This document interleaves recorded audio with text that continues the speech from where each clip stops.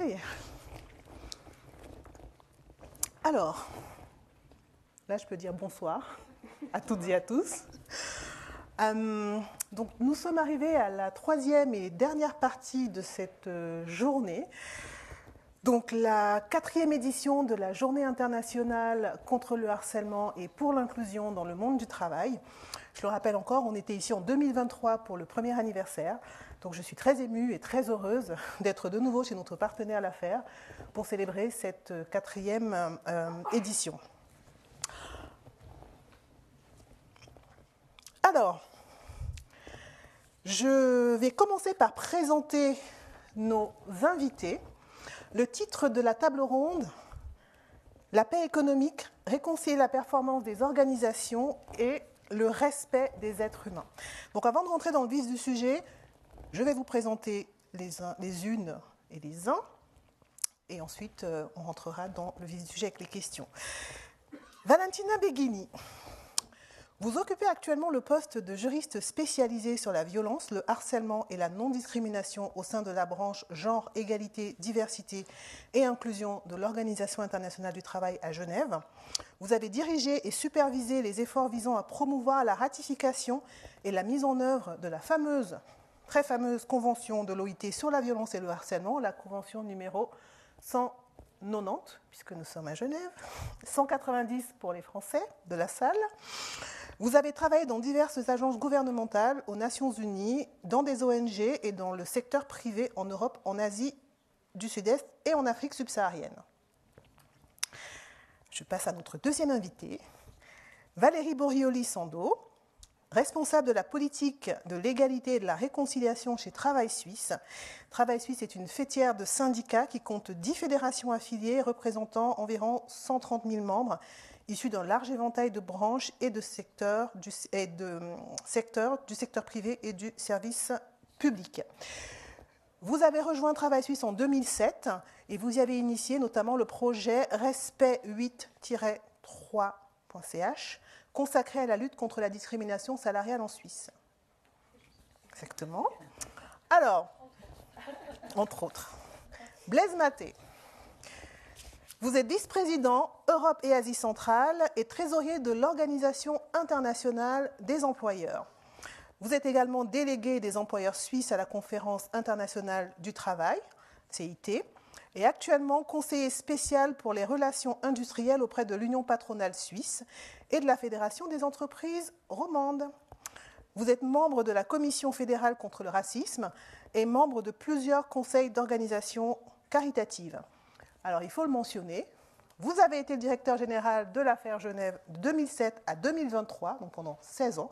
Vous êtes un peu comme à la maison ici, en fait. Voilà. Donc, bienvenue à la maison. Alors, sans plus attendre, je vous propose de rentrer dans le vif du sujet.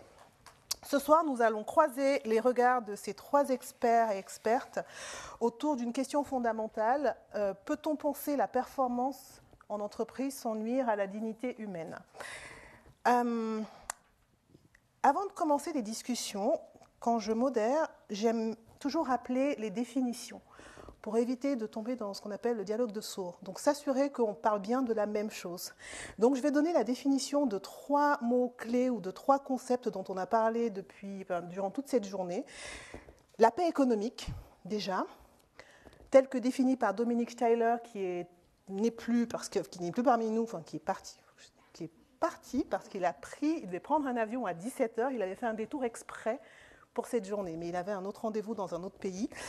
Et donc Dominique Steyler, qui est le fondateur de la chaire UNESCO pour une culture de paix économique, il définit la paix économique, il dit pour la paix économique renvoie à un état de relations économiques apaisées basé sur la coopération, la confiance et la reconnaissance mutuelle.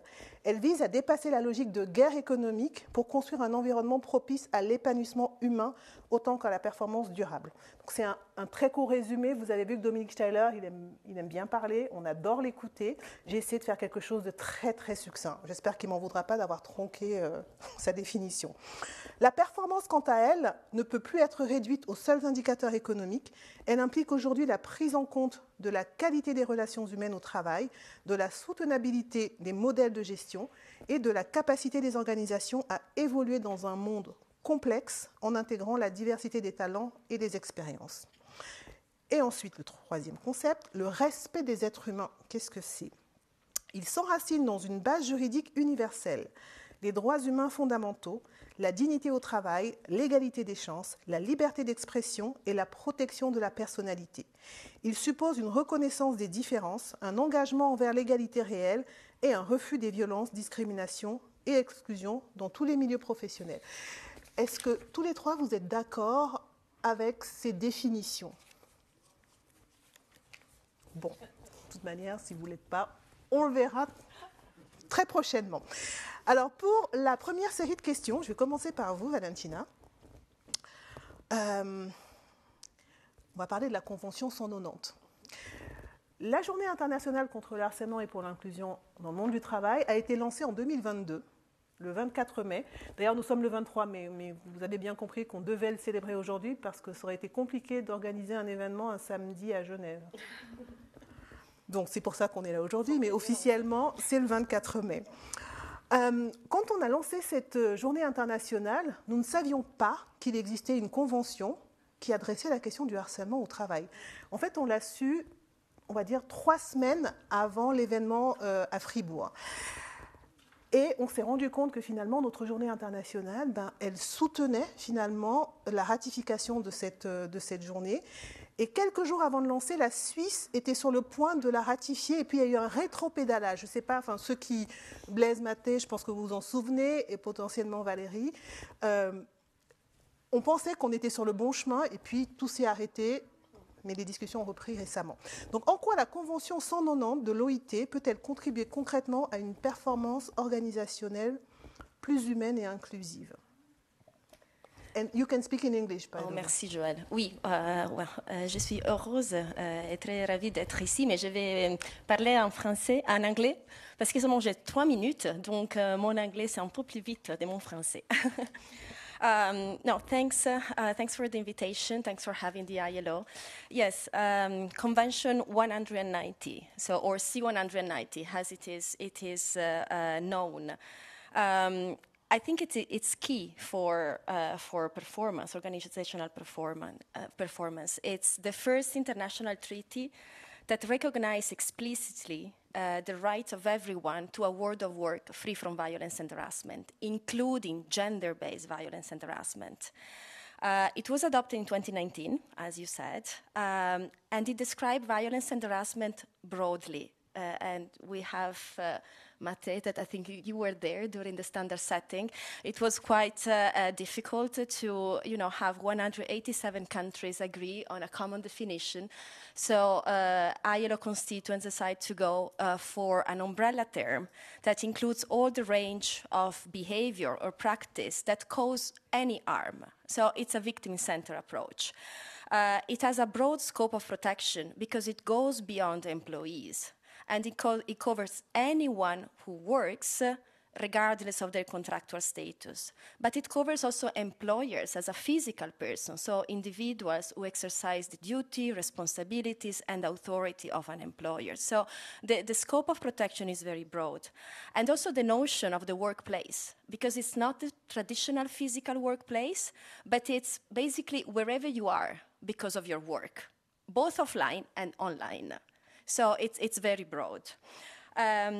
What is really important, and I refer also to something that was mentioned by Madame Lachat in the statement before, is that Convention 190 is grounded in a human rights framework, in a rights framework, and it basically says if you want to eradicate violence and harassment, you have to promote all fundamental principles and rights at work. So the rights not to be discriminated against, the right to equal pay, freedom of association, the elimination of forced labor, elimination of child labor, and the newly fifth fundamental principle rights at work, health and safety, working environment. So briefly, how does it impact? Because we know, and there are numbers, there are research that say that when the non-action, the fact of non-preventing violence and harassment has a cost on enterprises, has a cost on victims, has a cost on co-workers, and has a cost on society. And there is research that we also actually carry out with our Bureau of Employers that said that, for example, when diversity and inclusion, so also the prevention of violence and harassment against particular group, are embedded at the enterprises, there are 30% more likely, respondents, are 30% more likely to have higher level of personal well-being. And of course, personal well-being at work. So this means higher productivity. But it also has an impact on the reputation and the retention of workforce, because workforce is more attracted to an enterprise that, of course, doesn't want violence and harassment at work. And I know that all employers do not want violence and harassment at work, so this is clear. It has also a higher an impact because it strengthens social dialogue at all levels, because the convention says we need workers and employers representative to design measures, because they are the ones who knows the risks, which particular risk you have in every sector, in every work arrangement, in every occupation. So having stronger social dialogue at all places, at every level, is also important for productivity and performance. And lastly, and I'm done, the fact is this convention for the first time recognized the linkages between domestic violence and the world of work. So it's the first international treaty that recognized this. We had a lot of discussion, and perhaps we could also talk about it if you're interested. What does it say? It doesn't say that the world of work, the actors of the world of work need to enter private homes. But it said that we need to put in place measures to mitigate the effect of domestic violence in the world of work. Victims of violence and of domestic violence might need leave, for example, or flexible work arrangement to go to social services, to go to the hospital, to go to tribunals, to courts, to protect their kids. They might need to have flexible work arrangement because the workplace is the place where the perpetrator of domestic violence knows where the victims are. But also domestic violence might be a risk for other co-workers. So that's important that it's also within the prevention, so the risk assessment of this risk. So this is another element that could help, and of course, will help strengthen occupational performance of enterprises. I will stop here. Merci beaucoup, Valentina. We are going to talk about Convention 190 still. It's a catalyst for social change, voilà. I can say. Je vais passer à vous, Valérie Borioli-Sando. Alors, selon les informations remontées par les syndicats qui sont membres, donc on rappelle, Travail Suisse, c'est une fêtière de syndicats.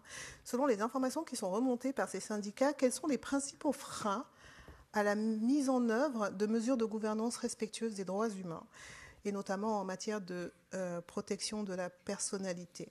Parce que c'est bien, on a une convention 190 qui existe, mais comme le disait la marraine de la journée internationale ici même en 2023, la loi ne suffit pas à changer les choses. Encore faut-il agir et faut-il que les associations agissent. Parce qu'il y a toujours des freins sur le terrain. Alors quels sont certains des freins qui sont remontés?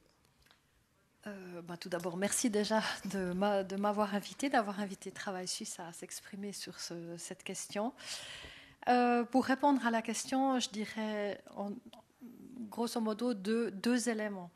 Il y a quand même, même si la dernière enquête du Bureau fédéral de l'égalité et du SECO note quand même que la majorité des entreprises est bien sensibilisée à la question, il y a encore quand même pas mal de lacunes, et notamment une méconnaissance des outils à disposition.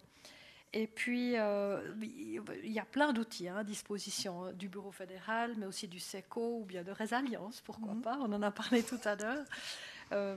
Et le deuxième élément, c'est aussi l'apport un petit peu là je parle pour ma paroisse, l'apport des syndicats. Les syndicats jouent un grand rôle dans toutes ces questions de harcèlement sexuel, ne serait-ce ou d'autres types de harcèlement, ne serait-ce que pour être des premiers partenaires de discussion. Et il y a les entreprises qui n'expérimentent pas le partenariat social ont des craintes envers les syndicats infondées, très souvent, parce que souvent, justement, l'intervention de syndicats dans les entreprises démêle des situations et aplanissent des situations. Donc voilà, je dirais c'est un petit peu les deux choses, la méconnaissance, la non-prise de conscience. D'ailleurs, cette fameuse enquête du SECO et du BFEG le montre. J'avais noté quelques proportions, mais c'est quand même assez significatif qu'un quart des entreprises interrogées ne sont pas conscientes que leur propre perception des limites ne correspondent pas forcément à celle des autres. Un quart, c'est beaucoup. Alors oui, elles sont très sensibilisées en majorité, mais c'est quand même préoccupant. Madame Lachat a dit un cinquième n'a aucune mesure de prévention et d'intervention. Un cinquième, donc la même proportion, pense que le comportement sexiste, le fait de faire des plaisanteries, c'est pas du harcèlement sexuel. Donc, c'est les lacunes que je mentionnais avant, on peut toujours mieux faire. D'accord.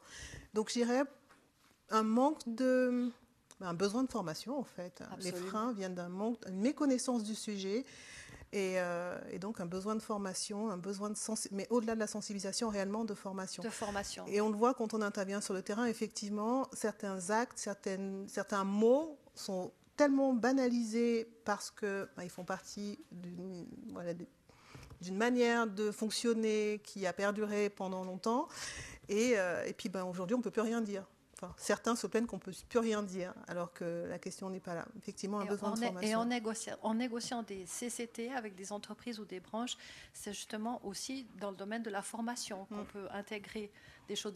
Parce qu'en fait, avec le turnover et la vie des entreprises, il y a toujours de nouvelles personnes qui arrivent. Donc, il y a un besoin permanent en information et en formation. Donc, on a déjà touché un petit peu aux solutions. On reviendra dessus tout à l'heure. Blaise Mathey, quand je pense je vais dire à toi, puisqu'on se tutoie, je pense à ce film, L'homme qui murmure à l'oreille des chevaux. Et en fait, mais c'est pas pour ça, c'est que quand je préparais cette interview, je me suis dit, l'homme qui murmure à l'oreille des employeurs. Et c'est pour ça que je t'ai invité personnellement, parce que faire avancer cette thématique, faire avancer la question de l'égalité, faire avancer la question de l'inclusion, du respect des droits humains, comme je le mentionnais dans mon discours d'ouverture, on a besoin des employés et des employeurs. Donc effectivement, on a une fêtière syndicale, donc les employés sont représentés ce soir. C'était important d'avoir les employeurs et d'avoir quelqu'un qui murmure à l'oreille, n'est-ce pas, de ces employeurs. Et je ne dis pas organisation employeuse, puisqu'on sait que la majorité des CEO dans ce monde, dans le monde entier, sont quand même des hommes. Donc c'est à ces hommes qu'on aimerait parler et c'est bien d'avoir quelqu'un. C'est pas Dominique Steyler, c'est Thibaut Brière qui parlait d'infiltration. C'est Dominique Steyler, je ne me souviens plus. C'est Dominique Steyler qui parlait d'être infiltré. Alors, en tant que représentant des employeurs, donc, comment perçois-tu l'équilibre entre performance économique et respect de la dignité humaine dans la stratégie des entreprises? Ça peut être des entreprises en Suisse romande, mais des entreprises plus généralement dans le monde. Oui. Merci Joël, merci pour l'invitation et merci pour l'échange. Bon, je trouve qu'une bonne partie des choses que j'allais dire sur les droits humains au travail ont été dites par Valentina, donc je ne vais pas répéter. Juste peut-être resituer le contexte. Tout d'abord, je pense qu'on doit se dire que ce dont on parle aujourd'hui, ce n'est pas différent finalement dans le monde du travail que dans le reste de la société. La 190, elle le montre bien d'ailleurs, quand elle évoque l'ensemble du cadre. C'est ce qui a fait peur à pas mal d'employeurs à un moment donné, c'est de dire, mais attention, est-ce qu'on va se retrouver avec une surveillance via le contrat de travail à l'intérieur même des familles? Et donc, je crois que les choses ont été clarifiées, mais on peut aller évidemment très loin. Et au fond, ce n'est pas si grave si on va très loin à condition qu'on délimite bien les cercles et qu'on n'atteinte pas à certains d'entre eux, comme le cercle familial, qui était une question, à mon avis, extrêmement sensible. Ceci pour dire simplement que cette question de la dignité humaine, de toute façon, elle se pose en toutes circonstances. Moi, je le vois avec mes activités à la Commission fédérale contre le racisme. Je veux dire, tous les jours, nous avons des exemples pour toute une série de cas de comportements qui sont consciemment ou inconsciemment des comportements indignes de la façon dont les êtres humains doivent se comporter. Donc le travail, c'est un des éléments, on y passe beaucoup de temps, ça je suis le premier à l'admettre, mais c'est pas le seul. Donc il faut déjà inscrire ça dans une dimension plus générale, et ça commence souvent très tôt, ça commence avec les mesures éducatives, ça commence avec le comportement à l'école, toute une série de choses vraiment absolument essentielles. Si vous êtes dans cette logique du respect, c'est beaucoup plus facile ensuite comme entrepreneur comme employé, tout simplement d'avoir une attitude respectueuse. Donc, c'est une question de valeur. Peut-être un deuxième point quand même pour dire, c'est vrai que ce soit les enquêtes suisses ou les enquêtes internationales, hein, celle du BIT comme celle de l'enquête suisse sur la santé, les études du SECO qui ont été mentionnées, finalement, là, quand même, la plupart des employés sont satisfaits de leur travail, ce qui signifie qu'ils ne sont pas atteints dans leur dignité au travail. Donc, je veux dire, il faut quand même rappeler des faits qui sont essentiels. C'est-à-dire que la plupart des entrepreneurs se comportent tout de même de manière correcte vis-à-vis de leurs employés. Et c'est tant mieux. Et tous ceux qui ne le font pas, ils ont intérêt à corriger la façon dont ils se comportent. Alors, je ne sais pas si je murmure ou pas. J'ai mené une longue carrière pour les entreprises de ce pays.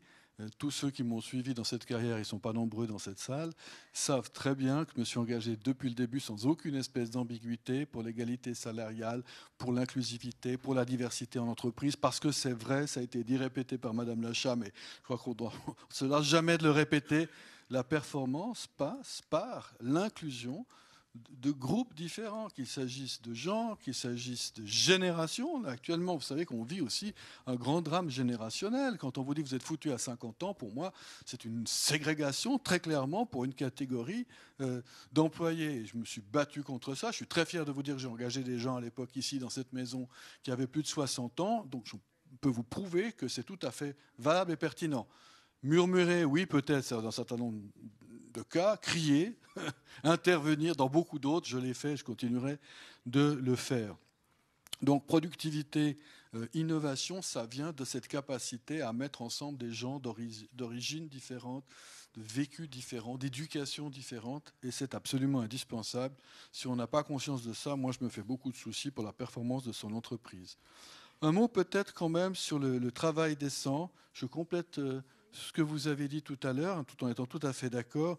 Je pense qu'il ne faut jamais oublier que le travail décent, ça comprend l'accès à des emplois de qualité. On va probablement reparler de l'informalité, qui est le grand thème de cette année à la Conférence internationale du travail, avec le travail des plateformes, c'est d'ailleurs très proche.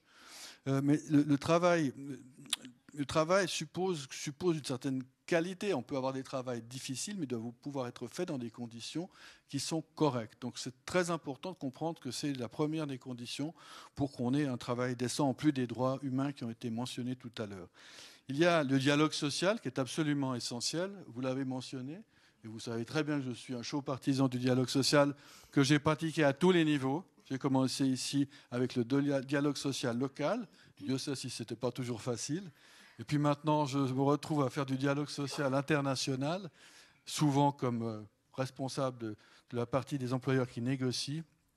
Et je peux vous dire que c'est vraiment très très compliqué, mais que si le dialogue social ne continue pas à l'heure actuelle, alors on va vivre des temps encore beaucoup plus difficiles que ceux qu'on a déjà l'occasion de voir, de vivre, malheureusement.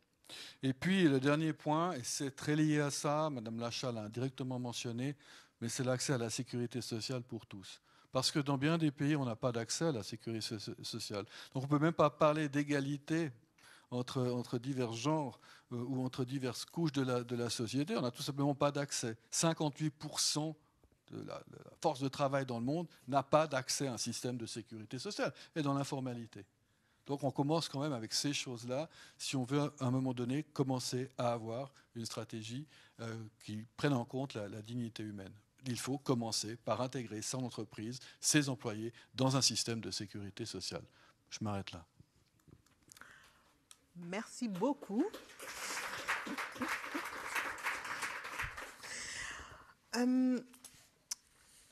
Alors, je suis très contente parce qu'on partage tous le même doux rêve de voir des entreprises et des organisations de travail inclusives qui respectent l'humain, le mettent au centre. Ça, c'est notre rêve. Maintenant, il y a la réalité. Donc, malgré les conventions, malgré les lois, il reste des obstacles qui font un peu ripper la machine et la gouvernance est parfois défaillante. Donc pour ce deuxième tour de questions, j'aimerais qu'on parle un peu plus des freins. Notamment, Valentina, quels sont les freins culturels ou institutionnels que vous rencontrez encore aujourd'hui dans l'application justement des normes internationales du travail? Bonne question. Merci.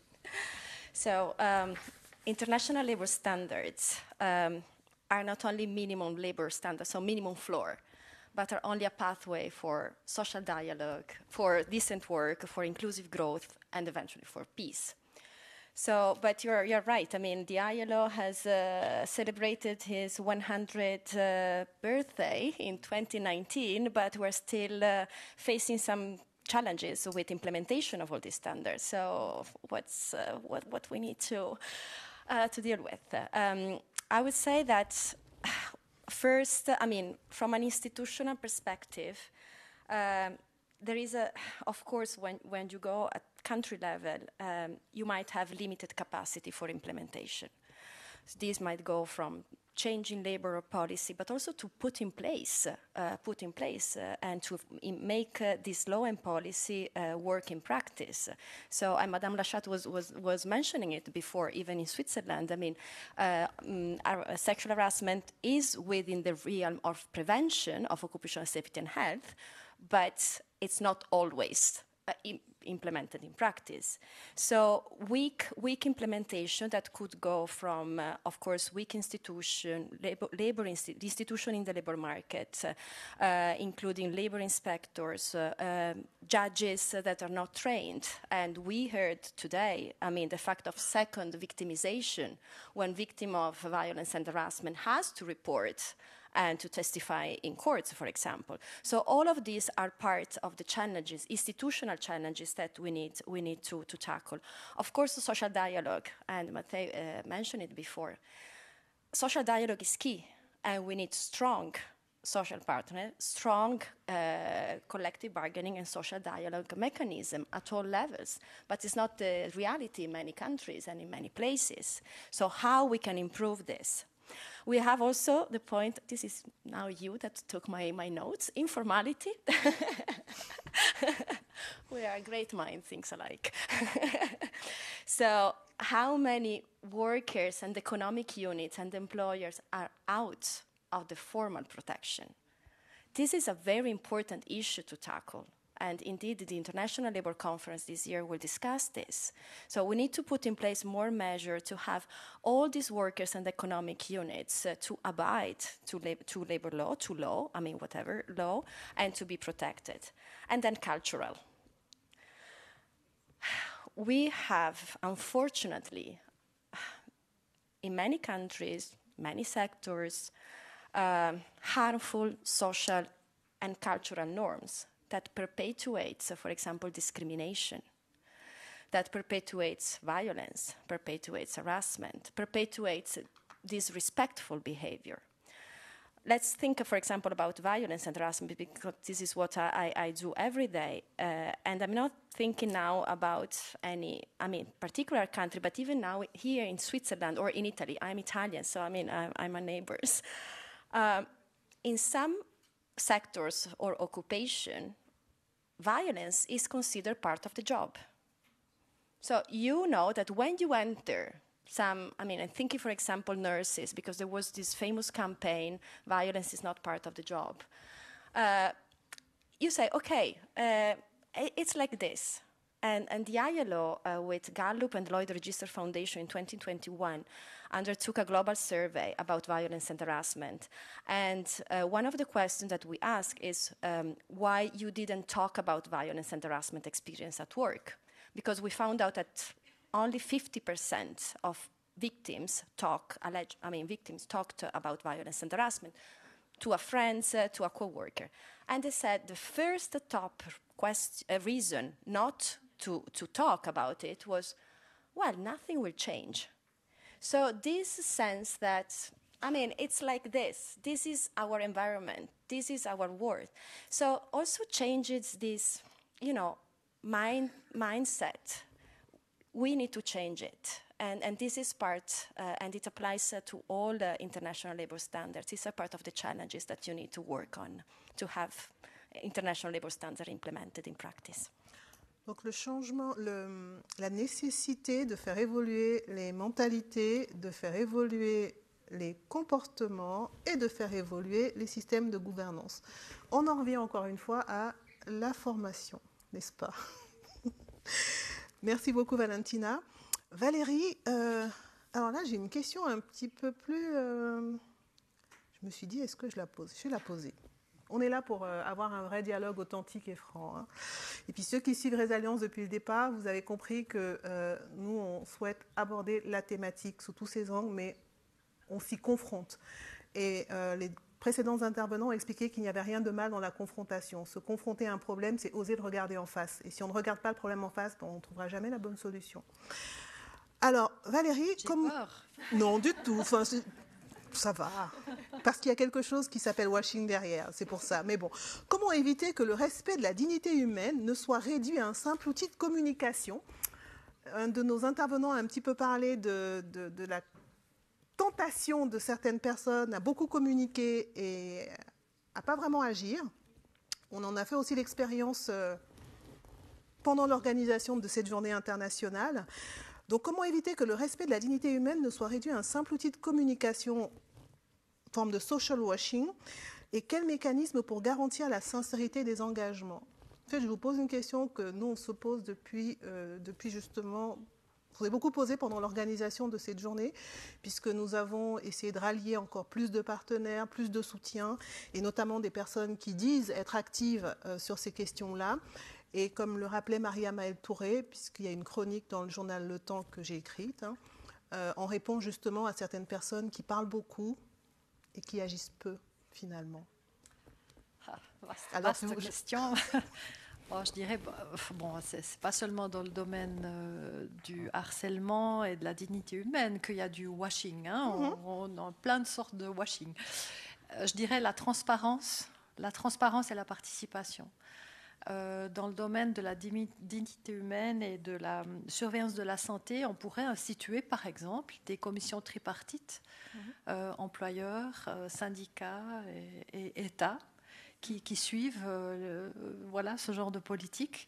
La transparence, ce n'est pas seulement bien communiquer, c'est accepter aussi que des gens un peu externes viennent regarder en vrai ce qui se passe dans l'entreprise. C'est aussi accepter que des sondages soient faits, externes aussi, c'est ce que font nos syndicats régulièrement. Il y en a eu un dans le canton du Jura, dans le domaine de la santé, il y en a voilà, dans le domaine de la restauration. C'est tous des domaines où il y a un contact aussi avec la clientèle, hein, qui sont très... c'est délicat dans le domaine du harcèlement sexuel. Donc voilà, je dirais transparence, participation et ne pas s'en tenir justement aux belles paroles et aux belles actions de communication, mais vraiment aller gratter, aller voir un petit peu plus près de quoi il s'agit. C'est ce que fait Résilience, on gratte et on va chercher. Et surtout, alors, pas pour, on le fait pour la bonne cause, c'est-à-dire qu'on se rend bien compte que, et nous encore une fois de plus sur le terrain, beaucoup de gens font mal, pas volontairement. La majorité des chefs d'entreprise ou des organisations veulent bien traiter leurs employés. Personne ne se dit volontairement « je vais laisser faire le harcèlement, je vais laisser pourrir des situations, je vais briser des... » Non. Beaucoup pêchent par méconnaissance, par manque de formation, par manque de sensibilisation, etc. Et notre rôle, justement, c'est ça, c'est de faire émerger les problèmes pour apporter des solutions derrière, parce que des solutions, il en existe. Mais maintenant, il faut qu'il y ait une vraie volonté d'y aller et un courage, en fait, à se confronter à ce sujet qui reste tabou. Donc, l'un des objectifs de cette journée internationale, vous l'avez compris, c'est d'ouvrir la voie, V-O-I-E aussi, pour ouvrir la voie, V-O-I-X. Et c'est vraiment d'amener ce sujet parce que c'est une problématique avant tout humaine. Ce n'est pas dans un objectif d'accuser ou autre, c'est de se dire on est vraiment tous ensemble sur la même planète, j'ai pas envie dans le même bateau, et on doit coopérer parce que pour faire face aux défis qui attendent ce monde, et notamment les défis au niveau écologique, si on n'arrive pas à se respecter les uns les autres, si on n'arrive pas à s'écouter, si on ne prend pas en compte en fait le point de vue de l'autre, même s'il est différent du nôtre, comment est-ce qu'on va réussir à trouver des solutions et construire ensemble des solutions pour faire face aux défis de ce monde. Donc c'est vraiment ça qu'il y a derrière la journée. Vous vouliez rajouter quelque chose, Annie? Oui, j'ose dire que ça devrait quand même être un petit peu plus facile en matière de respect de la dignité des personnes qu'en matière d'égalité salariale, par exemple. Parce que là aussi, j'ai entendu exactement les mêmes discours et je crois qu'ils sont vrais. Il n'y a pas une entreprise qui sciemment et consciemment dit non, mais nous, on a décidé de payer les femmes moins cher. Point. Non, je pensais beaucoup d'ignorance de la problématique, un manque d'analyse concrète de l'égalité salariale. Et donc, je pense que là, par contre, en matière d'égalité salariale, il y a quand même à perdre au bout. On préfère ne pas voir parce que, quelque part, si on découvre, il faut réajuster et ça coûte. Tandis que dans le cas de harcèlement sexuel, c'est plutôt de la prévention parce que si on ne fait rien, là, au bout du compte, ça peut coûter quand même cher, très cher. Donc je pense que ça devrait quand même être un petit peu plus facile, mais ça veut dire qu'il ne faut pas relâcher les efforts d'information, de sensibilisation, et vraiment jamais, en fait. Alors, je veux juste revenir sur un point. Vous mentionnez l'égalité salariale d'un côté, le harcèlement sexuel, moral de l'autre côté. En fait, tout ça, ça fait partie du même problème qui est systémique. Harcèlement, alors, selon le SECO, la définition du harcèlement au travail, le harcèlement au travail a 3 aspects. Harcèlement moral, harcèlement sexuel et toutes les formes de discrimination. Donc ça peut être discrimination sur le genre, sur l'âge, sur l'orientation sexuelle, sur le groupe ethnique, etc.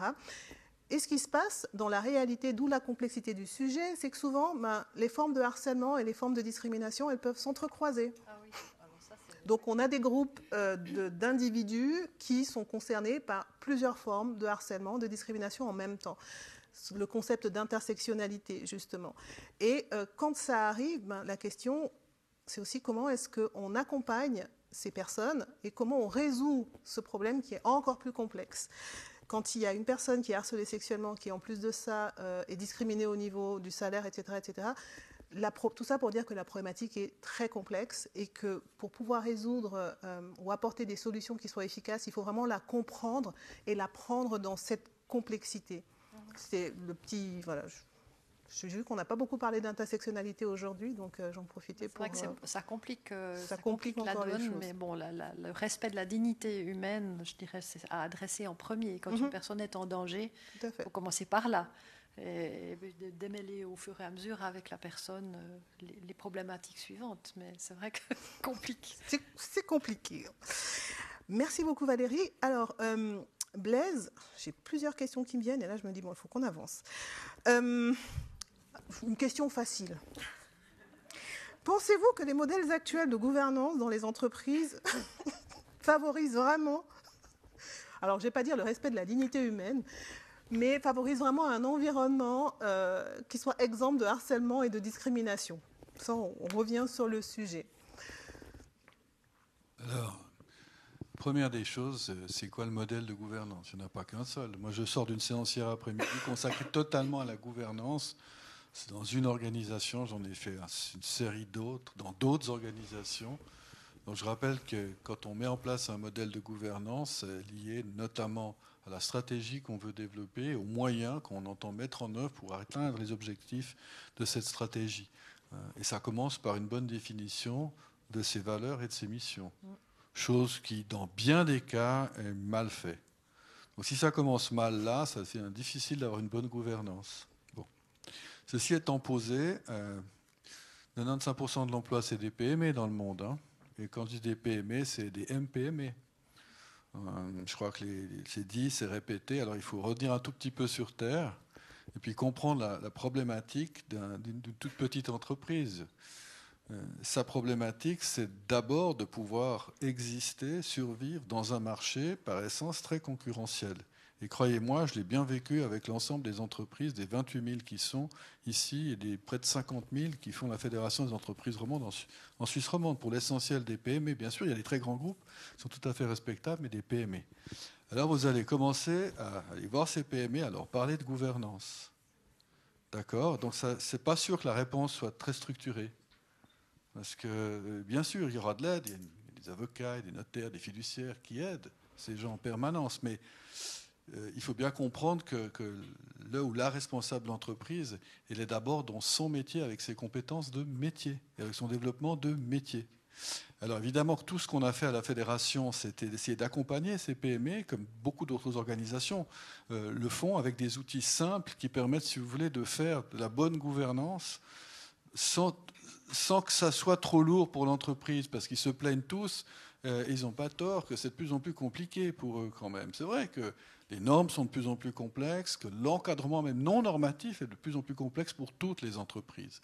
Et puis s'ils veulent faire un emprunt, ils sont aussi examinés sous toutes les coutures. Hein. Et là aussi, les questions d'ambiance dans l'entreprise peuvent jouer un rôle dans l'octroi ou non d'un crédit à l'entreprise. Et alors voilà, moi j'étais très concret, j'en ai deux à l'esprit quand même. On a mis en place, il y a un de ses représentants qui est dans la salle, donc je le salue, je l'ai vu hier soir aussi. On a mis en place F4S. F4S est une société qui était destinée précisément à traiter les problèmes de santé et de sécurité au travail, y compris cette dimension d'inclusion, de dignité humaine, de respect des valeurs. Alors on ne pouvait pas tout traiter, évidemment qu'on ne va pas traiter dans le détail, il y a d'autres instances pour ça, les questions d'égalité salariale, mais au travers de l'analyse de ces entreprises, ces PME, on arrive à détecter les problèmes qui peuvent être finalement pas tellement bien perçus par le chef d'entreprise et éviter des crises. Je prends un deuxième exemple, puisque Valentina est là pour le BIT, c'est SCORE.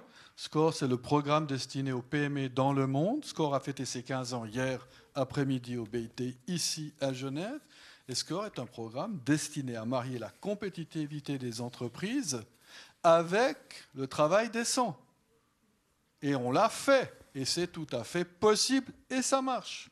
J'ai fait quelques missions avec le SECO en Asie, où j'ai visité des entreprises qui ont été extraordinairement, ont eu beaucoup de succès dans leur façon d'implémenter le programme. Moi, je me souviens d'une chef d'entreprise à Bali qui s'est lancée dans les parfums et savons, qui a dit, sans SCORE, je ne serais jamais arrivé à monter mon business et à le faire tourner. Mais deuxième chose, après la crise du Covid, qui a été très dure à Bali, en Indonésie, pour le tourisme, j'ai réussi à survivre grâce à SCORE et je suis toujours là. Donc il y a des outils très simples, très très simples qu'on peut utiliser. Il y a des formations qui sont données dans des organisations comme la nôtre, qui sont données aussi par les syndicats, pour les employés et par d'autres. Et ça, c'est la meilleure façon de mettre en place une bonne gouvernance. Et puis après, il y a quelques principes très simples. Le premier, c'est de dire « ça n'existe pas chez moi ». Et croyez-moi, si ça n'existe pas chez moi, je ne vais pas être moins compétitif que les autres. Même, au contraire, je le serai probablement plus. Merci beaucoup.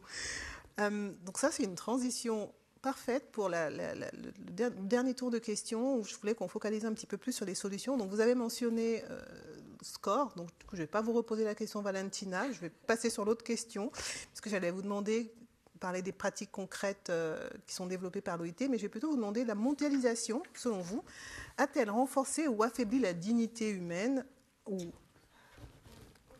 quel a été l'impact de la mondialisation, selon vous, dans le monde du travail, selon vos recherches, sur ces sujets-là? Est-ce qu'avec la mondialisation, on observe plus de harcèlement, de discrimination, plus de violence au travail, finalement?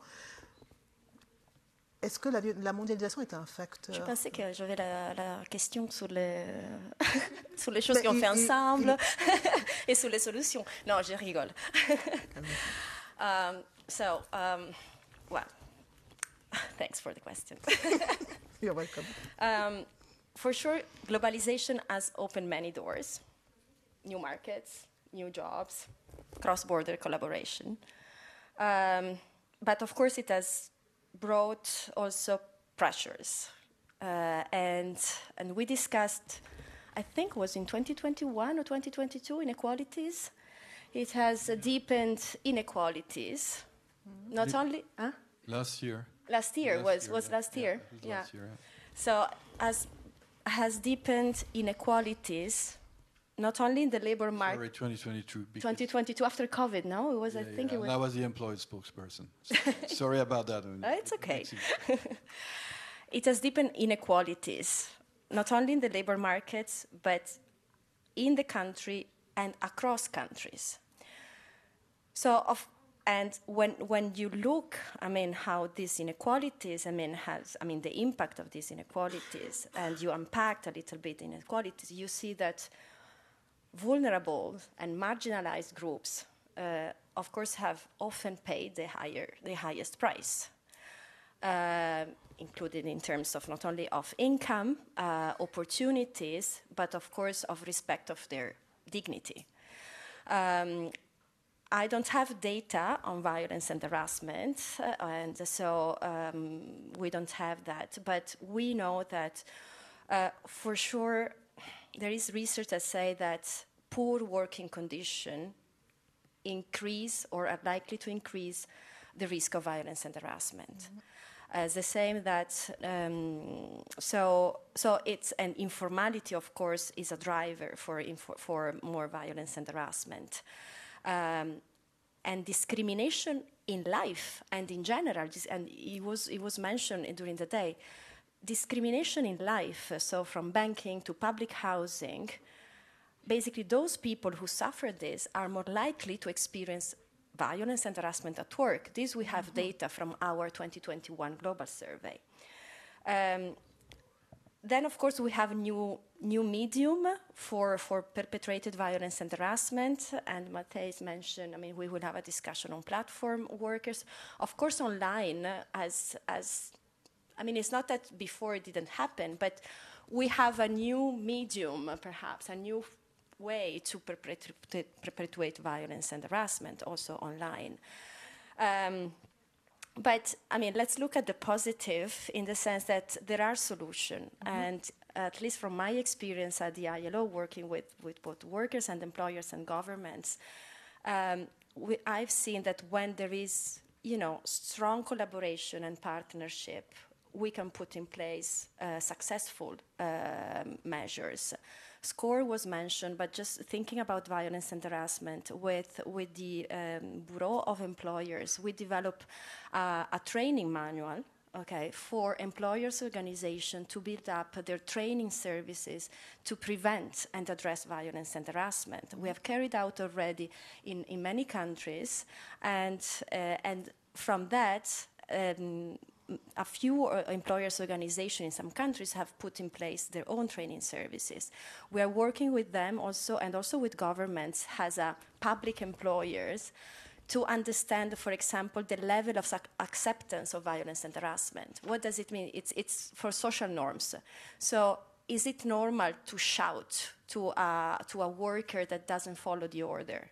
Is it normal to, all this kind, is it normal for the supervisor not to intervene when he sees or she sees an harassment or an inappropriate behavior? So to understand in a workplace setting, what is this level of acceptance of social norms, of the acceptance of violence and harassment, so we can build more targeted measures.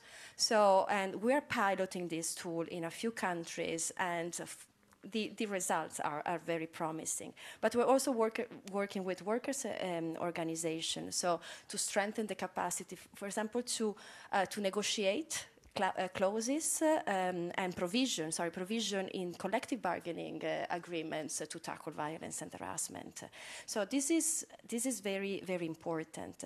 So everything, every change brings challenges, but also opportunities. So what I can say is that if we work together, and we listen to each other, and we try to understand the different realities, including those of SMEs, but all the different workers from vulnerable groups, we can build successful measures to address it.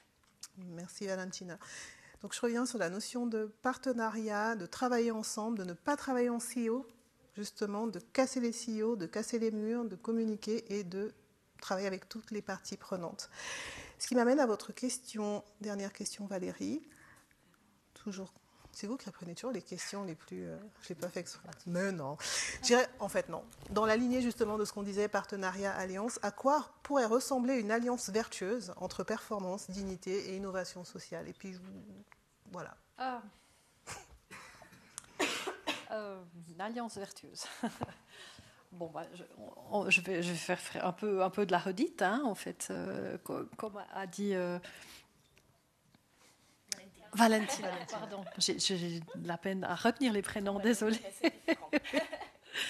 La collaboration, effectivement, le dialogue, la collaboration, c'est vraiment très important. Mais je dirais que la question que vous avez posée à Valentina juste avant, je trouve intéressant parce que tout le monde se rend compte que la mondialisation apporte du plus et du moins. Et plus on parle aussi des défis à relever, et plus finalement c'est nous, les consommateurs de ce qui est produit en Asie, en Chine et ailleurs. Mais quand on apprend les conditions de travail ou sociales qui sont réservées à ces personnes qui produisent ce que nous on achète en ligne, bien caché confortablement derrière son écran, là, il y a quand même des prises de conscience et des mouvements presque de boycott, qu'on pourrait dire, qui sont peut-être pas très efficaces, mais quand même, je dirais, il y a quand même un entraînement positif par rapport à ces normes qui évoluent dans le monde entier, grâce aux réseaux sociaux, qui apportent aussi du négatif, mais grâce à cette information instantanée qu'on a tout le temps partout, on sait, on ne peut pas ignorer que... Ici, on n'a pas les mêmes conditions que là-bas. En cela, je trouve que c'est quand même assez... Ça apporte aussi du positif. Alors voilà, la collaboration, le dialogue pour mettre en place des outils, pour continuer d'informer, et avoir aussi une volonté politique. Je parlais justement de commission tripartite, de surveillance de la santé qui intègre la question de la santé mentale, la dignité humaine. Là, on a aussi besoin d'une volonté politique de mettre en place ces commissions tripartites. Et c'est là où ça peine un petit peu à avancer au niveau du Parlement. Au niveau politique. Oui, au niveau politique, ça peine un peu. Pas plus tard que... Enfin, très, très prochainement, il y a par exemple une motion qui va être discutée qui veut assouplir le fait de devenir indépendant, par exemple. Donc, en fait, ça ouvre la porte à beaucoup de pression sur les collaborateurs, les collaboratrices, pour qu'ils se déclarent indépendants selon des critères qui sont plus du tout objectifs. Et donc, ça permettrait à certains employeurs indélicats, pas tous, bien sûr, de ne pas prendre à cœur leur rôle d'employeur avec tout ce que ça signifie au niveau protection sociale. Donc voilà, c'est ce genre de projet auquel on doit faire face au niveau du Parlement, des bonnes idées tout d'un coup qui émergent comme ça, qu'il faut expliquer, quelles sont les conséquences et tout. Donc au niveau politique, il y a encore du travail à faire parce qu'il y a régulièrement j'ose dire, des attaques en fait contre les dispositifs qui existent déjà aujourd'hui. Donc il faut rester en alerte maximum et vigilant tout le temps. Alors, vous parlez de la politique. Pour revenir sur la journée internationale, l'objectif dès le départ, c'était de dire on réunit tout le monde et on évite tout le monde. Une approche transpartisane, donc on parle avec toutes les personnes qui partagent les mêmes valeurs, c'est-à-dire les valeurs humanistes, de respect de la dignité de l'humain. Et en général, dans toutes les éditions, on a eu un représentant du monde politique. Alors cette année, on a invité le Conseil d'État, mais qui n'a pas pu se libérer. Apparemment, il y a une grande réunion aujourd'hui, donc la date tombait mal. Mais en général, on a une personne du monde politique. Et notre objectif à travers la journée internationale, c'est d'encourager l'action au niveau individuel, au niveau collectif, mais aussi au niveau politique.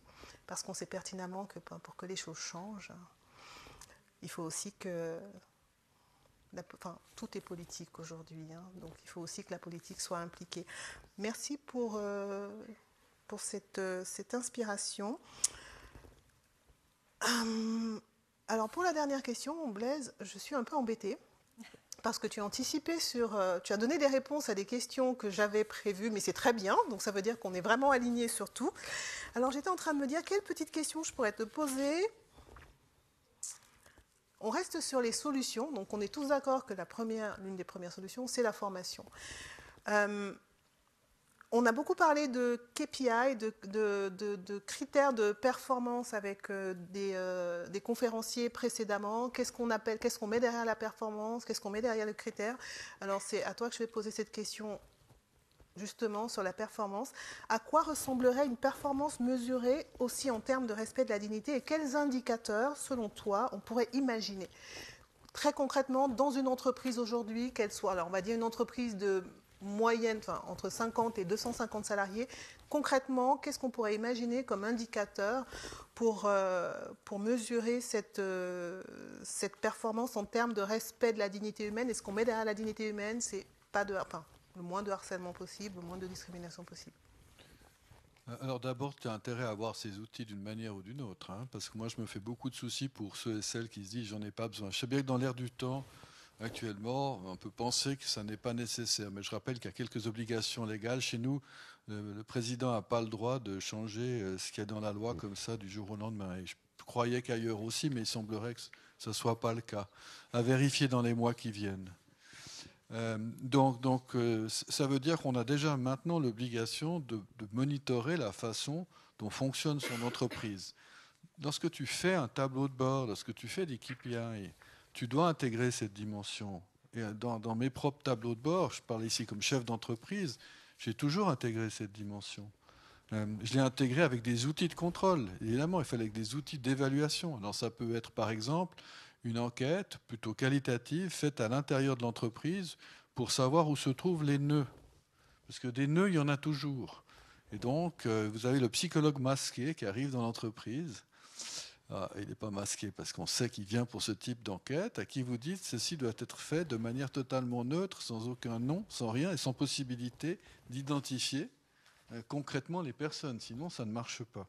Donc, j'ai utilisé cet outil qui m'a permis de voir des choses, découvrir des choses que je ne mesurais pas forcément parce qu'ils m'étaient remontés, que je ne mesurais pas forcément avec les chiffres d'absentéisme et autres. Ça, c'est des chiffres qui sont purement quantitatifs. Alors, ils ne te donnent pas vraiment l'explication de la raison pour laquelle tu as ces problèmes. Puis tu t'aperçois tout d'un coup qu'en fait, ces problèmes peuvent être liés à d'autres choses. Il y a bien entendu tout le dispositif d'accompagnement, de mise à disposition qui est un dispositif tiers. Les entreprises n'ont pas les moyens d'avoir ce genre de choses. Même une entreprise de 50 personnes, c'est trop lourd. Donc il faut faire appel à des ressources qui sont disponibles sur le marché. Il y a beaucoup de sociétés qui pratiquent cela et qui viennent assister l'entreprise de telle manière à pouvoir traiter comme tiers indépendant les problématiques qui peuvent se lier. Une problématique de harcèlement, sexuel ou pas, de harcèlement dans une entreprise, c'est diablement difficile à traiter. J'y ai été confronté, clairement. C'est diablement difficile parce que vous pouvez avoir plusieurs sons de cloche, plusieurs façons de voir les choses. Et par conséquent, avant de prendre toute mesure, il faut essayer de vous faire une idée très précise de la situation, de manière à ce qu'il n'y ait pas d'injustice, d'autres injustices créées par la façon dont vous tentez de résoudre le problème. Et pour ça, j'ai toujours pensé que le recours à des tiers était quelque chose d'extrêmement utile. Ça permet de sortir le problème d'entreprise, de le traiter de manière un peu plus froide, probablement de manière un peu plus objective, avec un tout petit peu moins d'émotions que celles qui sont dans l'entreprise. Et à défaut de trouver la solution la plus parfaite qui puisse être, en tout cas d'avoir une solution qui tienne la route pour l'ensemble des parties, que ce soit par des biais de médiation, par des biais de réallocation, etc., etc. Il y a toute une série de mesures qu'on peut prendre. Donc les outils sont là, la façon de s'assurer de la bonne ambiance, du respect de cette dignité humaine dans l'entreprise, à mon avis, n'est pas un véritable problème en soi. C'est une question, je l'ai dit, je le répète, de volonté, de faire en sorte que ça se traduise dans les faits. Voilà. Et puis, ma foi, ceux qui ne veulent pas le faire savent qu'ils s'exposent à des sanctions, légalement parlant. Il y a tout un appareil, il y a un appareil aussi bien national qu'international sur ces questions. Prendront leurs responsabilités par rapport à cela le jour où ils auront des problèmes.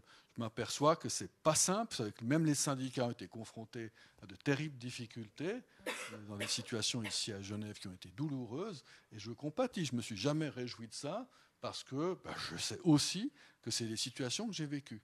Et donc, il faut bien s'imaginer que ça peut arriver à n'importe qui, n'importe comment, et puis il faut essayer de les prévenir. Voilà. Merci beaucoup.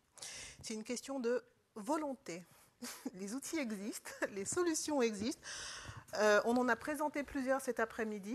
Je vais rementionner le baroscope qui a été présenté tout à l'heure, la plateforme Rescare qui permet de recueillir la parole des personnes qui sont confrontées à ça, qui permet surtout de signaler les situations avant qu'elles ne dégénèrent. La volonté. Alors, on va passer aux questions du public. On a à peu près une dizaine, quinzaine de minutes. Donc, est-ce que vous avez des questions dans le public avant de prononcer le discours de fin de cette journée?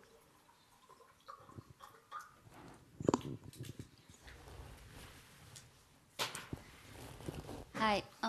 My question would be placed in English. I hope that's okay with the panel. My question is, I think, two-part question. One is that I come from India, and when we were studying in school, one of the very famous example of racism was the incidents which happened with Mahatma Gandhi in South Africa. He was traveling in a train, and because he was brown, he was thrown out of the train. And now, being a brown, skin color person in Switzerland, which is mostly dominated by the white skin, what I found is that the issue is still the same, but that time perhaps it was very physical and you could observe that someone is throwing you out of the train, but now they have thrown you out in their minds, and not just personally, but I've observed it at in many aspects and many degrees of it. So how do we essentially understand now the psychological, the elimination which already occurs at the psychological level? That's first part. And are there any ways for individuals to be more cautious or be conscious about it? And the second part of my question is more around the trainings. And while many times, like I just hear, and I come from let's say my work experience has been in large companies, and there has been ample training budget. I have gone through myself many trainings, and so-called also my leaders and superiors. While education is good, but I never found in my personal experience that someone even checked whether the training worked in actual behavior. So we only checked, did you like the training? Did you like the trainer?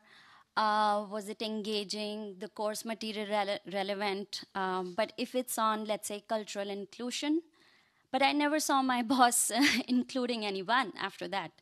So what exactly are we, putting the dollar behind? So these are my two-part question. And if the panel has any comment or opinion on this. Thank you. Who wants to take the question? Oui. J'ai peut-être juste un élément de réponse pour la deuxième partie de la question. Quelque chose de tout simple. Chez nous, quand on fait des formations, on est chargé après de les retransmettre à son équipe. Et ce n'est pas facile, mais ça oblige à vraiment digérer la matière et à en faire profiter les collègues finalement. Et là, l'argent investi est intéressant parce que ce n'est pas juste un cours auquel on va, on assiste, on dit Aerologeschenen, ça entre, ça sort, mais on doit vraiment intégrer la matière pour pouvoir la retransmettre à ses collègues. Et pourquoi pas, ça m'est arrivé d'entraîner la culture du feedback. Et on a fait des exercices avec notre équipe. Par exemple, ça pourrait être un élément de réponse, mais encore faut-il que le boss soit convaincu que c'est une bonne chose. Voilà. Yeah, maybe just an answer about the second part of your question. Last time I attended courses at the INSEAD in Singapore, that was a couple of years ago when I was already 59. My professor was an Indian professor. Well, he went to Harvard and then to Paris. And so I was following the wonderful course, really very interesting, one of those I had the opportunity to follow all my career long. And at the end I asked him just one question, which goes exactly in the same direction as yours. I said, how is it that when your managers, top managers, go back to their companies, they do not carry out what they learned in the course? And he said to me, Blaise, I'm sorry, yeah, it's a shame. That's the main problem we face. We teach them how to respect people. We teach them what the real values in this world are. But when they go back to their companies, the only thing they have in their mind is the shareholder value, not the human value. So I'm sorry to give you that kind of answer, but that's exactly what I've lived, you know. And that's why I always give this example. And I say, okay, guys, when you go back from these courses, just watch what's going on in your own company, from the top to the bottom and from the bottom to the top. It's not really an answer, but it's just something I also witnessed in the past.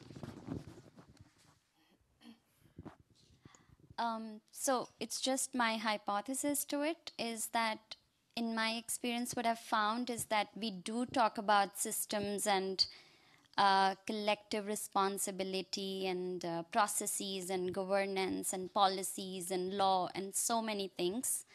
But eventually, when it comes to execution, there is always a human involved, and with that brings tendencies, and it could be you, me, anyone. And tendency to operate with an authority is something we all might, we have to be cautious about. So I wonder whether we even teach what a human mind and the basic tendency is. How do we, as soon as I have authority, I become more fearful of that because I have insecurity to lose it. And then I exercise through control and fear and silence. And also the greed is another form. So I wonder whether we even tackle what the human mind, which is behind it. Because I see it from two lenses. Also being a woman, right, I think Madame Lachat was sharing a stats that 44% women face harassment. And I wonder that how women have been formed, that half of us just are very okay with it, right? I mean, we sulk inside, but it's happening, and that's our fact, right? So just... You can change things if you want to, okay? Let's be clear about that. I mean, if you just want to follow the line, you can. No effort at all. I mean, it's just so easy. And that's one of the problems we face. I mean, we're just perpetuating what we saw or what we witnessed in the past. And we're just reproducing what we think is good for the company and for the employers and the employees, which is wrong. I mean, you have to think it in a different way. And it's possible to do it. I mean, it's been successful. If you look, I don't know if you were working for Pepsi-Cola, but Pepsi-Cola changed entirely its strategy. And, you know, the board was not very happy with that because they were making a lot of money with junk food. But they changed it. A tough decision. And the management was followed and supported by the board. It seems possible to do things like that. So at least you should try. Everyone should try. Doesn't mean that you'll be successful, but let's try. Let's try to change things, and it will happen then later. And as regards the first part of your question or of your comment, I'm so sorry, you know. But being from two nationalities as well, I had an Irish mother. She was white, but she suffered like you suffered, okay? So I know what it means. And having Indian cousins, I know what you mean, okay? I'm so sorry, but look at what it was in the 60s, dear. You weren't born. I was just born at that time. And it was even tougher than it is now, okay? Just think about it. It's not perfect, I agree. I agree with that. But things have dramatically changed if you look at the past. If I may, just quickly, well, thanks for sharing, and I'm also sorry. My daughter is Cameroonian, so I'm facing some of the issues that you were describing as well. Unfortunately, I mean, discrimination is a moving target, so it evolves over time. And is it true that now we have perhaps more subtle forms and subtle ways of manifesting this unacceptable behavior? Should we give up? No. How, you know, the social acceptance of those behaviors that you were referring to in the past change. So let's look how this social acceptance changed over time. And this is why, for example, also one of the novelty and in my opinion, groundbreaking characteristic of Convention 190 and R206. Sorry, I always go there, hoping that the Swiss ratify. If you look, for example, at the recommendation in the part of guidance, training, awareness raising, it really highlights that it's not only a matter for the actors of the world of work, so employers, workers, and governments. It's a all of society task, because it talks about gender-responsive and respectful curricula in all level of education. It talks about the role of media. How many times we read, reports of violence or discrimination, and they blame the victims, they blame... So what's the role of media? What's the role of judges? What's the role of others, in society? So that's why, we cannot give up. We must not give up and continue fighting. But we need to be, ambassador ourselves first, and then try to really have this integrated, whole of government, all of society approach. The world of work can do a lot, and it can have a great, spillover effect in society, but also the other way around is possible. Because, this is something that, we know you cannot enter the world of work if, for 18 years of your education, you have been in an environment that has accepted harassment or has accepted bullying. And we talk about how to address bullying and harassment or recognize dignity of everyone. Starting from la crèche. So you see, this is a change, and every policy should really look through these lenses. And training, the expert of the world of work have already spoke, but from what I see, I can see that training has often been a tick of the box exercise, unfortunately. What is changing, in my opinion, now, and many employers and workers are realizing this, is also it's try to have this training through, and you mentioned it, behavioral lenses. So how we make sure that the training really tackle and try to change behaviors. But of course, to do that, we need to understand what behaviors and what beliefs. Everyone, we all have bias. This is normal. But they're not acceptable when are based on non-objective grounds. Okay, so how we tackle it through training, perhaps built in a different way than in the past. And I will stop here. Thank you. Pour compléter les réponses par rapport au comment mesurer en fait et comment s'assurer qu'il y a un changement de comportement. Quand on donne nos formations, Claudia Savio en a parlé tout à l'heure, il y avait quelques slides affichés avec les indicateurs de suivi. Une fois qu'on a donné nos formations, on envoie un questionnaire de suivi. Et justement, le questionnaire de suivi, il n'est pas basé sur est-ce que vous recommandez oui ou non. Nous, on pose des questions. Il y a 3 questions clés qu'on pose notamment. Est-ce que cette formation vous a permis de prendre conscience d'aspects de votre personnalité, pour ne pas dire biais, on ne le met pas, mais d'aspects de votre personnalité que vous ignoriez. La moitié en général des personnes qui répondent au questionnaire nous répondent oui. Donc nous on dit yes, on a gagné quelque chose parce qu'on a permis aux gens de prendre conscience de quelque chose qu'ils ignoraient par rapport à leur personnalité. On leur demande aussi, est-ce que cette formation vous a permis de prendre conscience d'une situation problématique dans votre entreprise précédente, dans votre entreprise actuelle, et hors du domaine professionnel. Parce qu'on expliquait tout à l'heure que la question de la violence, des discriminations, un être humain est un être humain tout le temps, que ce soit chez lui ou au travail. Et on peut amener nos problématiques personnelles au travail, c'est des vases communicants. Et on a à chaque fois au moins la moitié des personnes qui répondent à nos questionnaires de suivi qui nous disent oui, ça m'a permis de prendre conscience d'une situation problématique, et on parle de harcèlement, dans ma vie personnelle. Et nous, on se dit oui, on a gagné parce que c'est l'impact qu'on veut aussi avoir. Parce que si un employeur, à travers des formations, permet à un employé ou une employée de prendre conscience qu'elle vit une situation problématique dans sa vie personnelle, c'est le moyen vraiment de prévenir le harcèlement ou de prévenir un conflit au travail. On utilise dans nos formations une terminologie qui s'appelle les victimes importées. C'est-à-dire des personnes qui sont victimes dans leur vie personnelle, qui n'en ont pas conscience, qui arrivent au travail et qui vont faire une forme de projection et qui peuvent signaler ou alerter sur une situation de harcèlement, mais qui n'en est pas une. C'est-à-dire que la problématique qu'elles vivent n'est pas au travail, mais dans leur vie personnelle.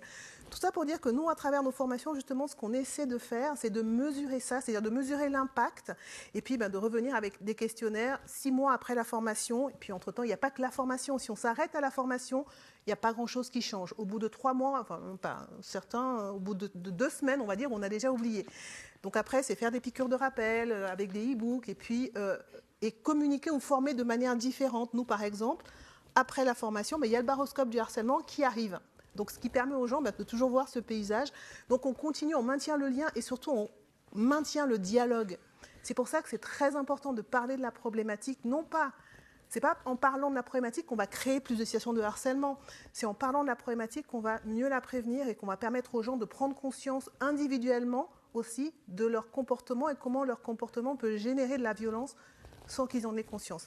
Et puis, je m'arrête là parce que, est-ce qu'il y a encore des questions dans le public? Autrement, on va passer au discours de clôture. Avant de lancer le discours de clôture, je vous invite à rester ici, puisque c'est moi qui vais faire le discours de clôture. Vous m'aurez beaucoup vu et entendu aujourd'hui. Oui. Vas-y. Oui.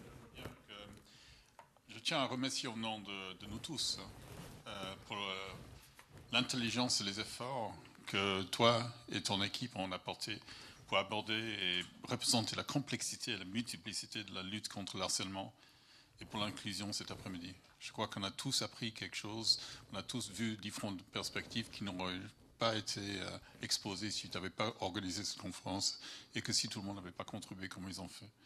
Donc j'aimerais aussi, juste un petit mot au passage, remercier les interprètes qui sont au coin là, qui ont œuvré courageusement. Voilà. Est-ce que quelqu'un d'autre souhaiterait prendre la parole à chaud pour partager justement ses impressions de la journée? Alors nous, on a démarré à 10h. Enfin, un peu avant parce qu'il a fallu tout préparer, mais bon.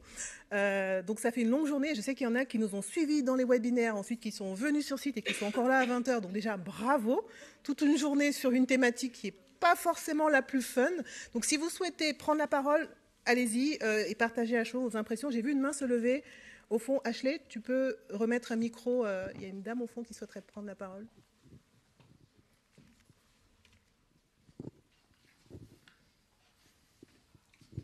Merci. Merci, Espérance Cana. Je suis professionnelle dans les ressources humaines ici à Genève. Je n'ai pas de questions, mais je voulais vraiment partager mes remerciements et mes commentaires positifs par rapport à cette journée. Je regrette de ne pas être venue en 2023. J'avais l'invitation, mais je ne sais pas, pour des raisons professionnelles, je n'ai pas pu venir. J'aimerais vraiment admirer et partager mon admiration par le courage que les intervenants ont montré en encourageant le questionnement, l'esprit critique, mais à se regarder aussi en interne et voir, quelqu'un a parlé des nœuds, voir qu'est-ce qui ne va pas. Je vois que dans le milieu du travail, souvent on pense que voilà, on paye les salariés, on améliore leur vie et après on peut faire ce qu'on veut. Mais je vois, j'ai vu l'expérience de Espoir 73 qui ont eu le courage de voir qu'il y a des choses qui ne vont pas, même si ils traitent bien les bénéficiaires. Je peux les appeler les bénéficiaires, je sais que ce n'est pas le mot qu'il faut. Nos pratiques ne sont pas bonnes. Donc ça, c'est une expérience qui m'a vraiment touchée. Dans mon expérience personnelle, je vois qu'il faut vraiment répéter. Souvent, ces questions d'inclusion ne sont pas bien entendues, mais on doit persévérer. J'ai des collègues qui disent, mais ça, c'est des questions qui doivent être traitées aux États-Unis, pas ici à Genève. Mais je vois la ville de Mérin qui s'y penche et qui continue petit à petit. Ça m'a touchée. les questions de globalisation sur lesquelles on finit, globalisation, inclusion, ne sont pas faciles à traiter. Parce que les managers ne sont pas tous formés, alors que c'est eux qui doivent donner l'exemple ou former les collaborateurs. Moi, ouvertement, en tant que ressources humaines, les gens me disent non, on ne veut pas parce que les gens qui sont recrutés de l'extérieur prennent le travail ou ils sont favorisés par rapport aux gens aux locaux. Mais on a beau expliquer que non, on les a recrutés sur base de performance, sur le CV. On ne les a pas favorisés. Mais ce sont des idées qui ont du mal à passer, mais on doit continuer. Donc, finalement, pour dire que voilà, j'ai apprécié les efforts, j'ai apprécié les discussions, j'ai apprécié les outils que vous nous avez donnés, conseillés. Et je suis partante pour continuer la discussion et la collaboration. Chouette, merci beaucoup. Quelqu'un d'autre veut prendre la parole? Parole libre, hein, ce n'est pas forcément des questions. Madame au fond, et puis monsieur. Merci. Alors, je m'appelle Edwige Gecko, je fais partie de l'aventure Résilience depuis 2023. Je suis assez contente d'avoir rejoint le navire parce que habituellement la question du harcèlement ou de l'inclusion dans le monde du travail, c'est une question qui oppose les employeurs et les employés. C'est la guerre c'est comme si deux camps devaient obligatoirement s'opposer avec les employés dans le rôle des victimes et les méchants employeurs qui ne respectent pas les droits des employés ou alors quand ils sont victimes de quelque chose ne les écoutent pas et ne font pas le nécessaire pour leur venir en aide. Alors moi, travaillant dans la fiduciaire et étant plutôt du côté des employeurs parce que j'aide les employeurs dans la gestion de leurs entreprises, je me suis rendu compte que souvent les conflits qu'il peut y avoir sur les questions de harcèlement plutôt moral, j'ai jamais été confrontée à une question de harcèlement sexuel pour mes clients. Donc c'est souvent des questions de harcèlement moral qui peut être lié à la personnalité de l'employé, lié à sa manière de s'habiller, de se comporter ou ses origines. C'est souvent, ça se retrouve souvent au prud'homme ou plus grave que ça, parce qu'il n'y a pas eu de discussion. Quand ça s'est passé, l'employé n'a peut-être pas parlé, souvent l'employeur n'est pas au courant. Donc souvent c'est des conflits et j'ai été confrontée à des situations où ces conflits-là ont été au prud'homme et puis finalement la relation entre l'employeur et l'employé s'est régularisée parce qu'ils ont trouvé un endroit où ils étaient obligés de parler, ils ont parlé, ils se sont rendus compte que voilà, c'était un malentendu. Donc j'ai rejoint l'aventure Résilience parce que je pensais, Résilience n'est pas du côté de l'employeur ou des employés, mais pense que on peut se mettre ensemble, discuter, trouver des solutions, éviter le conflit et que ce soit bon pour tout le monde. Et là, aujourd'hui, de me retrouver à cette table ronde avec des représentants des employés, des employeurs et du monde légal, et les uns qui se retrouvent dans les questions qui sont posées aux autres, je me dis que la question du harcèlement et de l'inclusion, c'est pas la guerre. C'est simplement parce que les gens, ils ont des préjugés sur ces questions-là et ne discutent pas. Mais que si la question, elle est ouverte, si la question, elle est posée sur la table et que chaque partie discute, on va vraiment trouver des solutions qui vont permettre à ce que les employés se trouvent bien dans le monde du travail et que les employeurs aussi soient contents de leurs employés et que tout se passe bien pour tout le monde. Donc voilà, c'était vraiment, je pense que c'était important de partager ça parce que des fois, les gens y pensent qu'une association devrait défendre les intérêts des employés ou des employeurs et pas être une plateforme de partage et de discussion pour rechercher des solutions ensemble. Merci beaucoup, Edwige. Pour compléter ça, j'aimerais juste compléter, parce que quand on a créé Résilience en 2020, alors il y a beaucoup de gens qui m'ont dit, tu parles à qui? Tu parles aux employés ou tu parles aux employeurs? Il faut que tu choisis ton camp. J'ai été challengée par le premier comité que j'avais créé de l'association. J'ai dit, mais je parle aux deux. Et franchement, pendant 2 ans, on me poussait à me positionner en me disant, si tu parles aux employés, tu vas perdre les employeurs, et puis si tu parles aux employeurs, tu perdras les employés. Et j'ai soutenu Mordicus, non, cette thématique, elle est beaucoup trop complexe, elle est beaucoup trop grave pour rester justement sur ce côté manichéen. Il y a du bon et du mauvais partout, et moi surtout, je parle d'être humain. Donc à partir de là, je parle avec tout le monde. Donc merci de rappeler ça, et comme quoi, 5 ans plus tard, on est là, ça prouve que notre approche... était pertinente. Merci. Il y a une autre question. Ashley, 2e, 3e rang devant.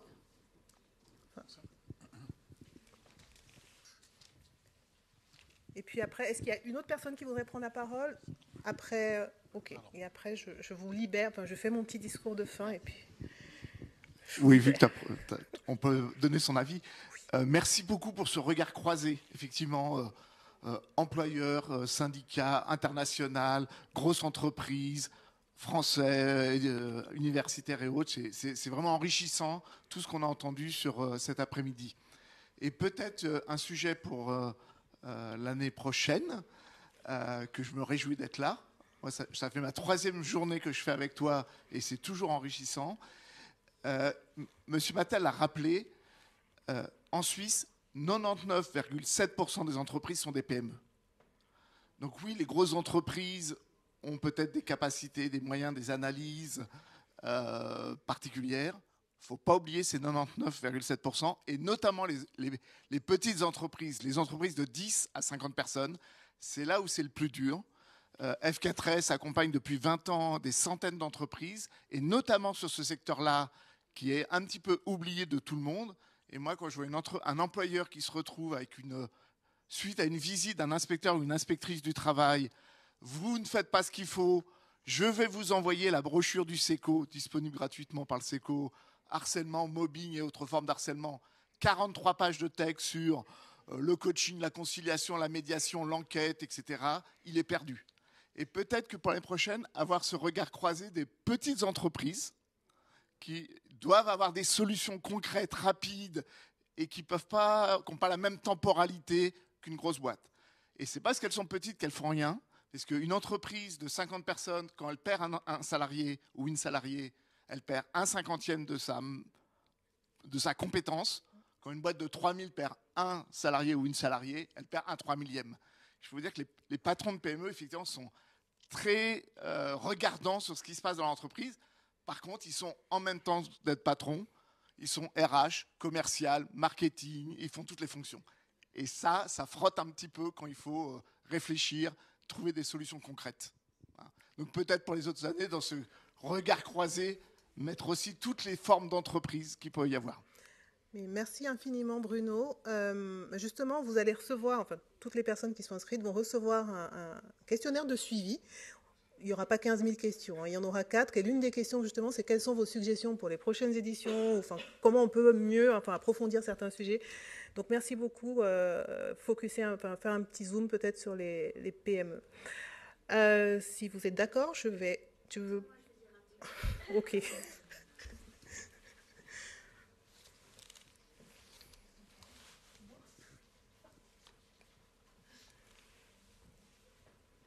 Ouais, juste un mot. Vraiment pour te remercier, pour remercier chacun des intervenants. C'est la première fois que j'assistais à la journée internationale contre le harcèlement et pour l'inclusion. J'ai adoré cette journée. Je l'ai trouvée passionnante, enrichissante. Certes, au niveau des apports intellectuels, culturels, mais au-delà de ça, ça a aussi modifié ma pensée, remis en question deux, trois choses. J'ai beaucoup aimé aussi l'intervention philosophique et critique. J'ai trouvé ça vraiment pertinent et intéressant. Et merci pour le lieu qui est très beau. Et ça rend les choses encore plus confortables. Et merci aussi vraiment d'avoir tenu compte de notre charge cognitive, parce qu'il y a eu quelque chose d'extrêmement agréable, c'est d'avoir toutes ces pauses entre chaque intervention. Les interventions, elles étaient ni trop courtes, ni trop... Enfin, personnellement, j'ai trouvé ça très pertinent dans le timing.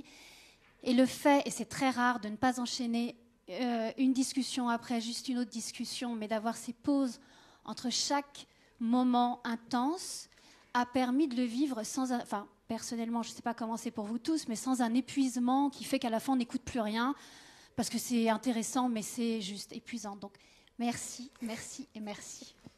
Merci beaucoup.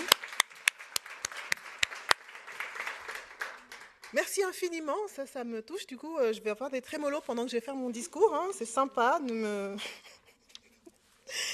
bon alors, discours formel. Je vais essayer de ne pas trop digresser.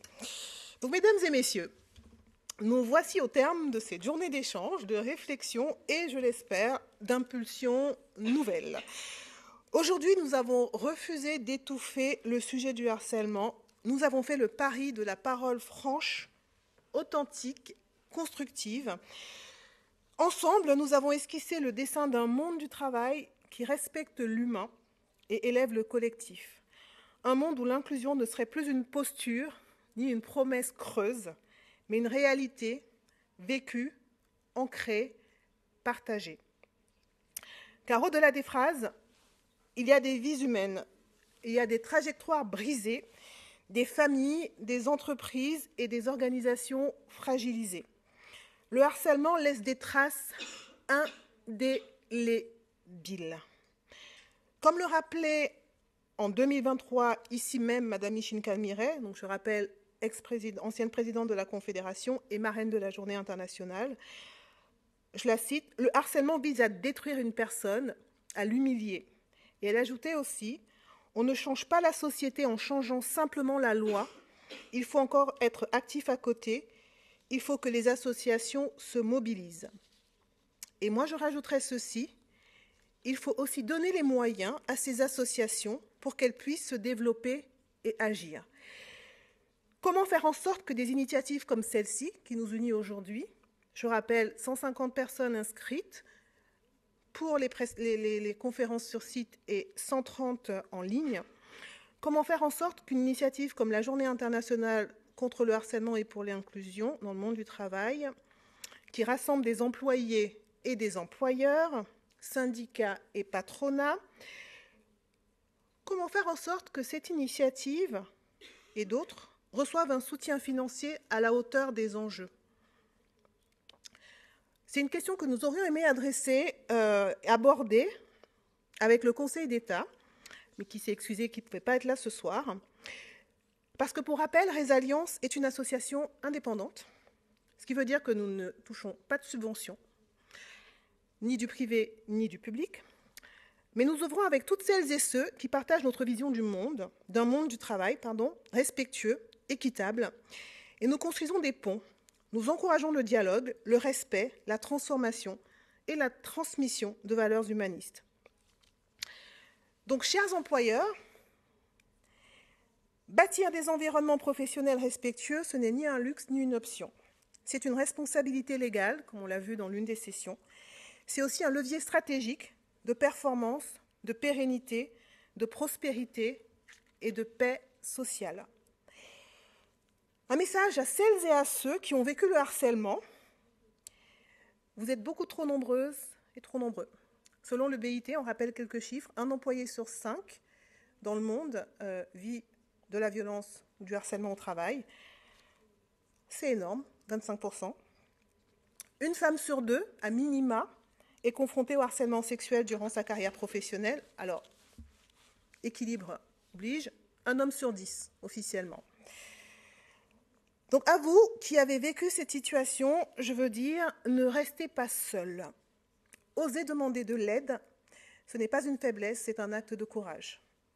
Et c'est pour vous et pour celles et ceux qui, malheureusement, viendront après, que Résilience a été fondée en 2020, pour accompagner les personnes, mais aussi les organisations, vers la résilience psychologique et structurelle. Car l'entreprise, quoi qu'on en pense, ne sort jamais indemne de ces situations. Le rapport de force donne peut-être l'illusion que l'employeur gagne, mais à quel prix? Climat délétère, fuite des talents, image de marque ternie, productivité en baisse. Donc à vous, salariés, cadres, dirigeants, dirigeantes, bref, à tout le monde, vous avez un rôle à jouer. Et chacun et chacune d'entre nous ici a un rôle à jouer. Nous avons tous un pouvoir, nous avons tous du pouvoir. C'est celui d'ouvrir le dialogue sur ce sujet sensible, d'insuffler le changement. Donc aujourd'hui, vous avez pu découvrir des solutions concrètes, comme le baroscope du harcèlement au travail, qui, je le rappelle, est un outil pratique qui permet d'identifier les situations à risque et de réagir rapidement pour casser les dynamiques de harcèlement. Il y a également la plateforme d'écoute et de signalement Rescare, qui a été évoquée par les 2 DRH qui sont venus aujourd'hui, donc Espoir 73 et la commune de Meyrin.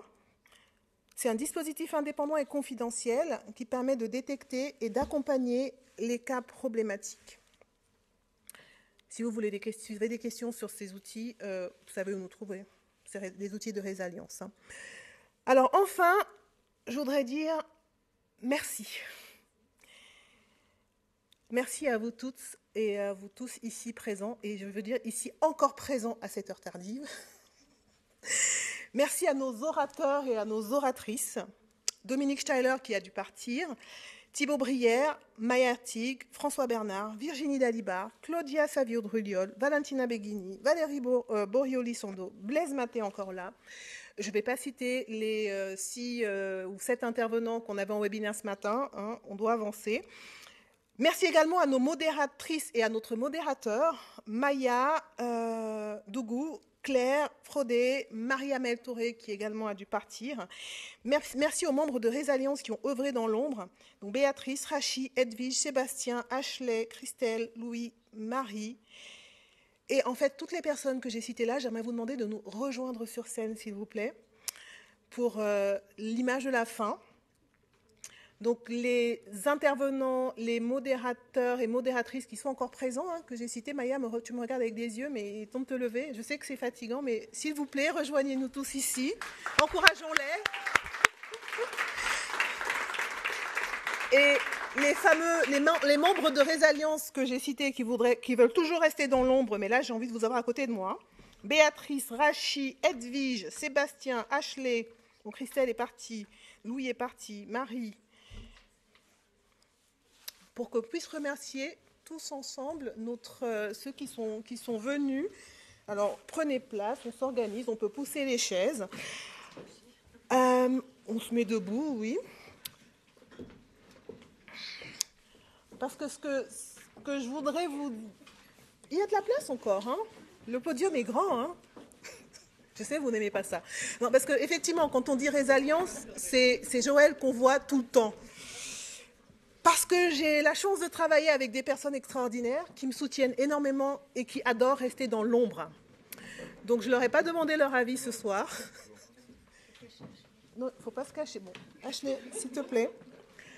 Donc voilà, je voudrais vous dire en fait à toutes et à tous ici que votre engagement, votre présence, vos convictions, en fait c'est ça notre victoire et c'est ça ma victoire personnellement. C'est d'avoir réussi à vous réunir ici des personnalités de tout horizon, de tous différents corps de métier et unis par une chose qui pour moi est qui entre guillemets est derrière tout ce que je fais et qui explique ce que je fais aujourd'hui. Ce sont des valeurs avant tout humanistes. Donc je vous remercie infiniment. Ensemble, nous poursuivrons notre plaidoyer pour inscrire cette journée dans l'agenda officiel des Nations Unies. Alors parce qu'on parle de journée internationale, notre objectif, c'est que cette journée rentre dans l'agenda officiel. Il y en a 150 dans l'agenda officiel des Nations Unies, et il n'y en a aucune, figurez-vous, qui traite particulièrement de ce problème qui pourtant est un enjeu de santé publique et d'économie. Donc on s'est donné la mission en lançant cette journée en 2022 de faire en sorte qu'elle rentre dans l'agenda officiel pour multiplier son impact. Donc avec le soutien du BIT, de l'OIE, de la FER, de la Fédération des entreprises belges, puisqu'en 2024, on a fait une petite infidélité à l'affaire Genève. On est parti en Belgique pour faire la journée internationale, mais pour une bonne raison. La Belgique avait la présidence de l'Union européenne en 2024. Donc on s'est dit, on va y aller parce qu'il faudrait qu'on ait des gens de la Commission européenne à notre table, ce qu'on a eu. Donc c'était la petite infidélité qu'on s'est permise. Mais justement pour allier toujours plus de partis, pour plus de personnes et toujours plus de structures et d'acteurs sur ces sujets. Et aujourd'hui, on a plus de 60 structures qui soutiennent l'initiative. Ce que j'aimerais dire maintenant pour terminer, c'est que vous aussi, vous pouvez ajouter votre pierre à l'édifice. Alors, je vais parler de dons, mais pas tant. Il y a la possibilité de faire du mécénat. Vous pouvez devenir un partenaire ou un sponsor de l'édition 2026. Et vous pouvez aussi tout simplement, et là ça ne coûte rien, signer la pétition en ligne. Vous avez tous reçu un petit programme et puis avec des flyers, avec des feuilles avec un QR code. Ça nous permettrait justement de pousser pour que l'ONU reconnaisse cette journée. Et je terminerai par ceci, les paroles n'ont de valeur que si elles sont suivies par l'action. Je ne suis pas quelqu'un qui aime parler, j'aime agir. Et en général, quand je parle, c'est qu'il y a une action qui découle derrière. Si je sais que je ne vais pas agir, je préfère me taire. Donc là, si je vous le dis, c'est qu'on va continuer, on ne s'arrêtera pas en si bon chemin. Et on va continuer, et je vous encourage à agir individuellement et collectivement. Je vous remercie encore infiniment et je vous dis à l'année prochaine. Voilà.